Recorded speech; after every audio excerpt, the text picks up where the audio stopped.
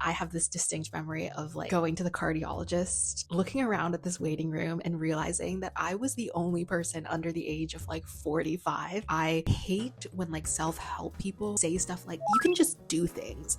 You can just do things. It's like, let's talk about the socioeconomic factors that made it possible for you to just do things. So this summer marks 2 years since I got laid off from my corporate job, which some of you guys may or may not remember. You might also remember that 1 week before that layoff happened, my literary agent told me that I had gotten a book deal offer for my sci-fi novel, which had been on submission with publishers. It had been months, so I thought the book was like already dead. I thought that my writing career was over. Literally one email, everything changed. That book, Local Heavens, became my debut novel. It was a whirlwind year after that. The book sold well, launched my career as an author. I got to experience so many amazing things. It was one of the riskiest books I felt like that I could possibly debut with. Readers really showed up for this book, and all things considered, it was a very successful debut, but it was not a life-changing book deal. And that is the reality for most authors, unless you are one of the lucky few. Today, I'm making this video not to discourage anyone from pursuing full-time writing, but just to paint as realistic of a picture as possible about what it has been like. I think online there's a lot of romanticizing. I don't know if it was a YouTube video essay or a Substack post, but I feel like I've been seeing the phrase everywhere. Everyone wants to be a writer, nobody wants to write. I've done one video talking about performative writing. To me, I guess like the experience of actually writing and the reality of writing versus what it's like to kind of show off the lifestyle of writing and how books have become this status symbol, young writers, new authors, really romanticizing this idea of being a full-time author, maybe living in New York City, being a bestseller. And I think because of how intertwined writing and publishing is with lifestyle content, I feel like that's just where we're at right now. And when authors are very strongly encouraged now to also do content and to be influencers or whatever, that also contributes to this in a lot of ways. And I exist in this space too. There's this aspect of feeling like you're selling the lifestyle to new writers. And I just worry that it paints an inaccurate picture of what it feels like to work toward that goal and how slowly it can come for some people, or maybe not come at all. Getting laid off, also achieving my childhood dream pretty much within the same week, was really bizarre. Did I take it as a sign from the universe? Kind of. But the real reason that I decided to take a break from corporate work is because one, I was burnt out. There's a lot of things that I'm very fortunate for. I was able to land work that was relevant to what I had studied. That job I had been working the longest at, and there were a lot of things that I really liked about it. Grew a lot, I learned a lot, I liked the people that I worked with. It was also remote, and I was very grateful for that. And I originally got into design because I enjoyed being creative, and I always knew that whatever profession I pursued, I wanted it to be a creative career. However, there were also a lot of things that were very difficult. If you've ever done any sort of agency work, I think the culture of agency work, like, it doesn't really matter the way that the client treats you, because at the end of the day, the client is the one bringing in the business, and you're kind of just expected to take it, especially as the most junior on a team, also as a woman, also as an Asian woman. You know, when I would talk to coworkers about it, they were very, very compassionate, and they also weren't necessarily in positions to do anything about it. It was more just like, experiencing that really made me question whether or not this kind of environment was something that I still wanted to be in. Would I have ever quit that job and left it of my own volition? Probably not. But when the layoff happened, yes, I was very sad about it. It was devastating. It's devastating to be laid off, especially when that layoff isn't happening for performance reasons. But I also knew I was essentially in that position that I think a lot of creatives find themselves in, where they have a day job, they have the creative job, and they are treating both of them equally, two full-time jobs. And that's really what it felt like for me. I would clock into my 9 to 5. I would take like a short break for dinner, and then it was like 6 to 1 a.m. basically. I would be writing, and that's how Local Heavens was written. Before the layoff happened, I was seeing doctors because my insomnia and my anxiety had gotten really, really bad. And I have this distinct memory of like going to the cardiologist and looking around at this waiting room and realizing that I was the only person under the age of like 45. And it was this huge wake up call for me because I was like, here I am at the ripe age of 25. And instead of having a hot girl brat summer, I'm just like here. And a huge part of this stress really comes from the fact I wasn't feeling 100% fulfilled, in my work. At the time, I hadn't gotten the book deal. So I was like languishing on sub and struggling to write. And then also in my day job, I was just so wrung out. So when the layoff happened, I decided, with the state of my mental health and my physical health, and knowing that I had this year ahead of me with my publishing deal, that I could either choose between going back to corporate or putting my all into my writing, and I chose writing. Obviously, if I hadn't had the book deal and known that publishing was about to gear up for me, probably would not have chosen to go the full-time writing route. Of course, I was lucky and privileged enough to be able to make that choice. Number one, I had a book deal. I wasn't just like choosing to do the full-time writing thing for no reason. Number two, I was in a financial position to take a break from corporate work. And three, and probably most importantly, is that I had the support of people around me. When I told my parents that this is what I wanted to do, instead of them saying like, no, I think this is a bad idea, my Asian immigrant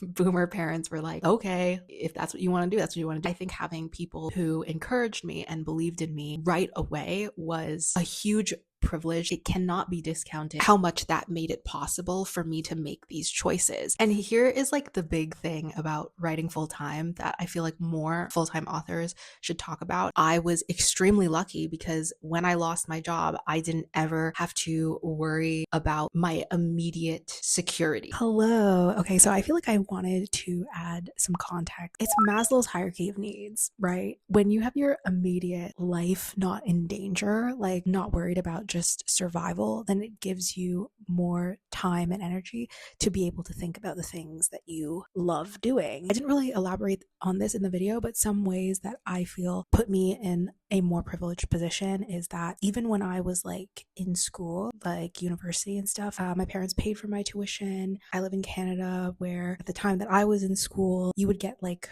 grants and loans. I've just always had the mental capacity to be able to pursue my passions. Anyone who wants to pursue a creative profession, these are very intangible ways that we are privileged. That's not to say that I come from a rich family or that my entire lifestyle is subsidized. My expenses are still mine. I just wanted to elaborate on that because not enough writers talk about that, and it's very important to have this context when we talk about how it's possible for some people to be able to do full-time work that doesn't pay regularly or that doesn't pay immediately. So I won't recap my entire debut year because you can just watch back my vlogs. And as a side note, when I say full-time writer, I mean the bulk of my income for the past 2 years has come from my writing. The reason I'm making this disclaimer is that when I previously talked about this, somebody commented saying that they wish more writers were transparent about what it means to be a full-time writer. And I think that sentiment comes from the fact that a lot of like full-time artists, full-time whatever creative person makes the bulk of their money selling courses, which I understand is a thing, especially within the art community. Artists will be like, I'm a full-time artist, but also they're like selling courses. And I know that's a thing. As a full-time writer, I consider actual act of writing to be the main thing that I do. So the hardest part about being self-employed is discipline and building a schedule for yourself, because discipline is the foundation of your entire life and work, right? And the moment you let that fall through the cracks, everything else is going to fall with it. The first thing that completely upended my life was my sleep schedule. Always been a night owl, and this is true even when I was working corporate. I often slept at like 2 to 3 a.m. and I would wake up around 9ish for work. I did work remotely, so I didn't have to commute. But once I became self-employed, almost immediately, my sleep schedule became nocturnal. So at the end of the day, I'd sleep at like 5 a.m. 6 to 7 hours a night. And I was like, you know what? 7 hours, that's good. It doesn't matter when I'm sleeping as long as I'm getting those 7 hours. This is fine. It was not fine. It's taken me so long to course correct my sleep schedule. It literally took me, I think, over a year. Because once it gets messed up, you really have to put in a lot of work to fix it, and you have to find reasons to fix it. When you don't have those external reasons to fix your sleep schedule, it is very hard to do that. Once my sleep got messed up, girl, life was crazy. crazy. I was living life on crazy mode. I also no longer had a concept of working hours and resting hours. Everything was working hours for me, because when you're working a dream job, the work doesn't feel like work. I was sitting at my desk the entire day. If I wasn't turning in edits for Local Heavens, then I was trying to draft my next book. If I wasn't doing that, then I was planning, filming, editing content for social media. I was designing book graphics for social media, doing any number of things in preparation for the book launch in October. And because I was so preoccupied with my sales numbers and I didn't want this book to flop, I was physically incapable of just sitting back and not worrying about pre-orders or book sales, even though there was like very little that I could do.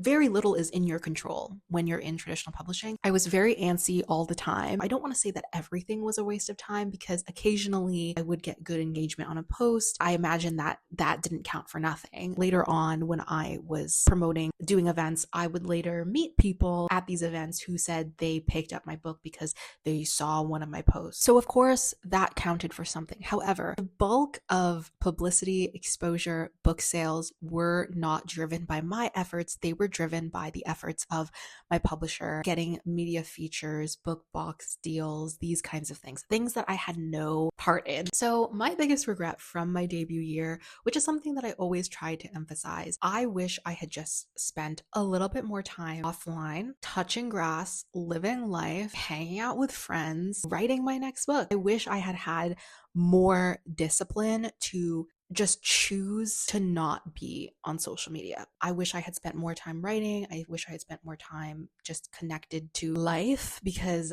the more that I would feel connected to life, the more that I would feel connected to my writing. The world isn't going to collapse because I spend 1 week not doing a TikTok lip sync trend promoting my book. Especially if you've never had to do this yourself. I know that it sounds stupid and silly when I say it like this, but I know other authors who've had to promote a book. You guys will understand. Especially in traditional publishing, social media is often the only numerical feedback that is in our hands, because in TradPub there's no immediate transparency about how sales are going. That whole time that this was happening, I knew I was burning myself out with social media promo, but I didn't do anything about this. I didn't do anything about my burnout and about my messed up sleep schedule until, and this is true, last month. About a year ago, we found out that my cousin in the Philippines was going to get married, and this was going to be a big wedding. A whole family was going to go. So for the first time in like 5 years, I was going to be taking my first real vacation, and by real vacation, I mean 2 weeks on the other side of the world. We went to Japan before we went to the Philippines, and I was really excited to go on this trip, especially to go in the Philippines, because I hadn't been in a while, and I also wanted to do some book research in Intramuros for Provenance, which is my current fantasy novel. I was lucky enough to receive a literary grant that helped fund, in part, my travel expenses for this book research. And that was a huge deal for me, because plane tickets are not cheap. I was really grateful for that. My literary grant came from the Ontario Arts Council. I submitted like a novel proposal for Provenance, and basically with grant applications, you just explain what you're working on, the merit of your work, why you're writing it. And this trip was the biggest wake-up call for me. I spent 2 weeks offline, 2 weeks not writing, 2 weeks just literally touching grass and connecting with the people around me. I was watching one of Lynn's videos recently where she was talking about why she does not want to ever be a full-time author, and she mentions the importance of feeling grounded, and how when she spends so much time writing, she starts to lose some of that groundedness, and how in her case, being a teacher and contributing to her community is really fulfilling. Totally resonated with that. I think that encapsulates some of the biggest issues and struggles that I have had with writing full-time personally. Other than time management, I also have had experiences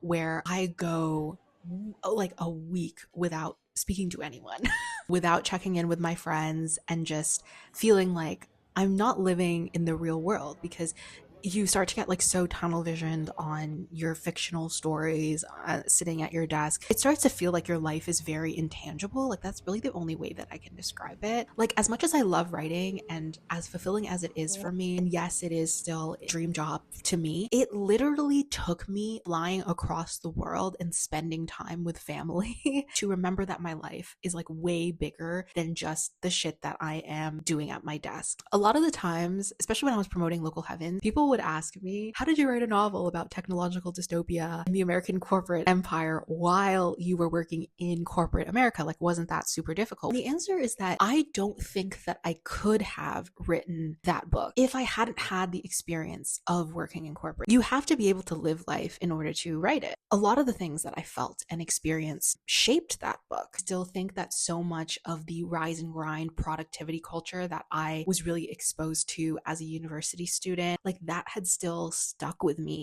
I felt so physically incapable of rest. This 2-week break did a lot to fix my sleep schedule. I once again operate on human hours. With a few exceptions, I no longer work after dinner. With all of that said, I don't want this to ever come across as me trying to like position this as advice, like being like, just fly across the world and you can fix your life. I acknowledge how annoying that sounds. I hate when like self-help people or like travel influencers say stuff like, you can just do things. You can just do things. It's like, let's talk about the socioeconomic factors that made it possible for you to just do things. So I don't want this to come across like that. I never want to position this as like advice. I just want to share that it took external intervention. I would have never taken a vacation of my own volition. We truly recognize the importance of rest and how much rest can just make your work better. Do I regret becoming a full-time author? The answer is no, with a lot of the caveats that I just listed. I think for so long, being a writer has been like the one thing about me. When I felt like it wasn't going well, that's when my mental health really declined. One thing that I'm really learning about now doing writing full-time is that I want to have other things in my life that bring me joy, that bring me value. So if you're someone who is about to become a full-time writer, is aiming to be a full-time writer, I hope that's the one thing. If you take away anything from this video, don't fall into the same traps that I did. You're so tunnel visioned. Your entire mood, your entire life revolves around the quote unquote success of your work. That's all I wanted to say for today. Thank you very much for watching. The next time that you're scrolling and you see like a day of my life as a full-time author kind of post, just remember, don't feel bad. Don't feel like you're not working hard enough. Also remember, social media is a highlight reel. Thank you for watching till the end of this video. If you haven't yet checked out Local Heavens, it's available now wherever you get your books. If you want to follow me on any of my other socials, that is linked below. That is all. Thank you for watching. I hope all your writing projects are going well. I'll see you guys in the next video.